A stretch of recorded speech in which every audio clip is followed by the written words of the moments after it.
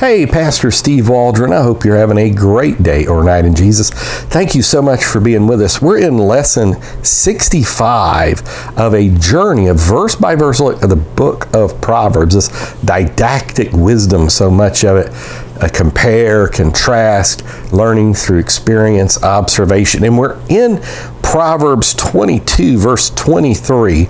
I like to call the book of Proverbs a book of Christian living in the Old Testament because there are so many principles. So many people ask me, about various things. And maybe the epistles didn't cover it all. Don't cover the principle. But Proverbs really goes into the heart of the matter. So let's look. Solomon, the wisest man from Adam to Jesus. And it says this, Proverbs 22:23. Oh, do check out our other 64 lessons in a playlist. And we're also doing some other books of the Bible, verse by verse. I think it's very important to go through the Bible verse by verse. For the Lord will plead their cause and spoil the soul of those that spoiled them.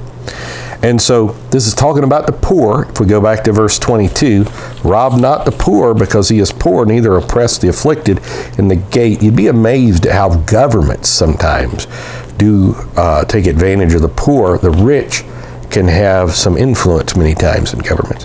For the Lord will plead their cause. God will plead the cause of the poor and spoil or take the soul of those that spoiled them. Verse 24, make no friendship with an angry man. Great advice. This is one of the verses I've had to use in pastoral counseling over and over throughout the years, and sometimes even in marriage counseling. No friendship with an angry man, and with a furious man thou shalt not go. Boy, Karl Marx, you read his history about this furiousness, and I think it was Feuerbach looking at him, and he was stomping around, going to cast God out of heaven. Yeah, don't go with him. Verse 25, because, they're not thinking right. Their blood constricts and all that. The Bible talks about that, even in the book of Proverbs, about, angry people that's not a good thing. Verse 25, lest thou learn his ways. You'll learn how to be angry like them. We're supposed to have the Prince of Peace on the inside of us, the peace, the fruit of the Spirit, and get a snare to thy soul. And so your soul, which is supposed to be pure, holy, renewed, redeemed by God, the anger will snatch it. I've known a lot of apostolic preachers that go around angry all the time. I don't know why, really.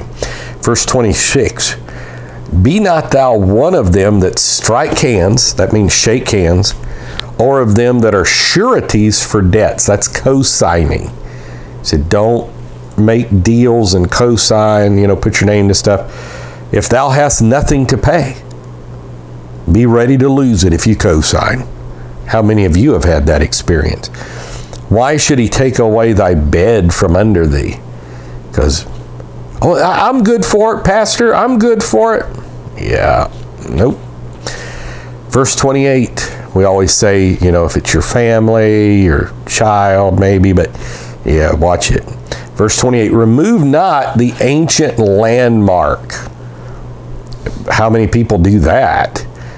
What's that rule? There's a fence rule. I was reading about it not long ago, and it was never remove a fence till you know why it was put there in the first place.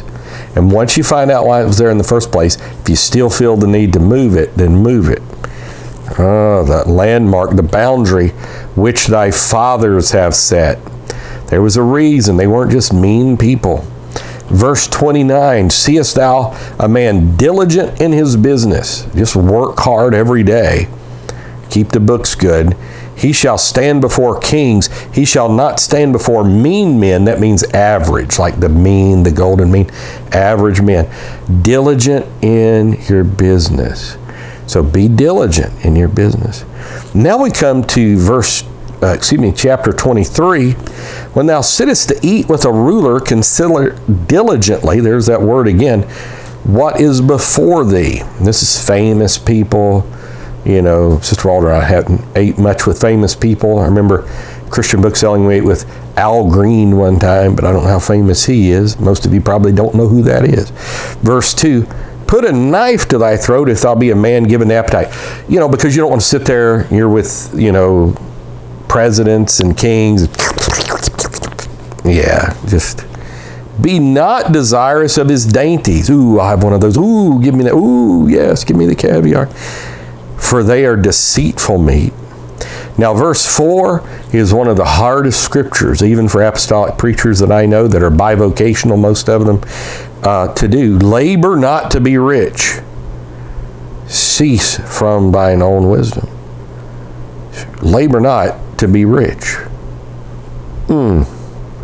Cease from thine own wisdom. Get the wisdom of God. So these wonderful, practical, everyday tips of attitudes and actions, book of Proverbs. God bless you. Do check out our other videos. Join us daily. We'll see you later. Bye-bye.